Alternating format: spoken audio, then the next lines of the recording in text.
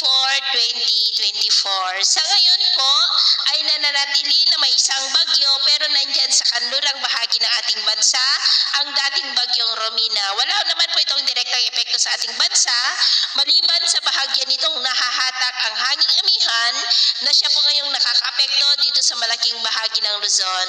Easterlies naman ang nakakaapekto sa Kabisayaan at mayroon pong intertropical convergence zone na siya pong nag-i-extend sa may Mindanao. At sa ating long-range forecast ay wala naman pong bagyo na namamataan na tatawid po dito sa ating kalupaan hanggang sa matapos ang taon na ito, pero may nagbabanta na isang sama ng panahon na maaari na mabuo sa unang mga araw ng susunod na taon at ang development niyan ang ating babantayan kung matutuloy o hindi. At sa lagay ng ating panahon, ngayong madaling araw ay may mga isolated rains sa may Batanes, Babuyan Islands, ilang bahagi ng Cagayan Valley, Cordillera, Quezon, Camarines Norte, Catanduanes, Northern Palawan, Caraga, Davao Region at ilang bahagi ng Sarangani.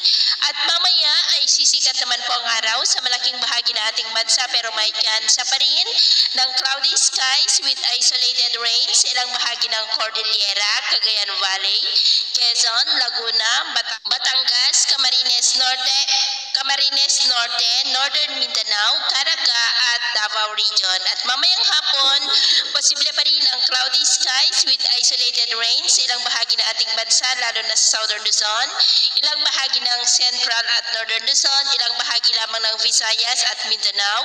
Kaya mag-ingat pa rin po tayo. At sa atin naman pong mga baybayin, iwasan na muna natin ang papalaot sa Northern Seaboard ng Ilocos Norte, Cagayan Seaboard, Babuyan Island Seaboard, Batanes Seaboard at silangang baybay ng ating bansa dahil ang mga alon dyan ay posible po na aabot hanggang sa 6 to 12 feet. Kaya hanggat maaari ay iwasan na muna natin ang papalaot dyan sa mga may kulay pula para mas makaiwas sa mga sakunang pangkaragatan.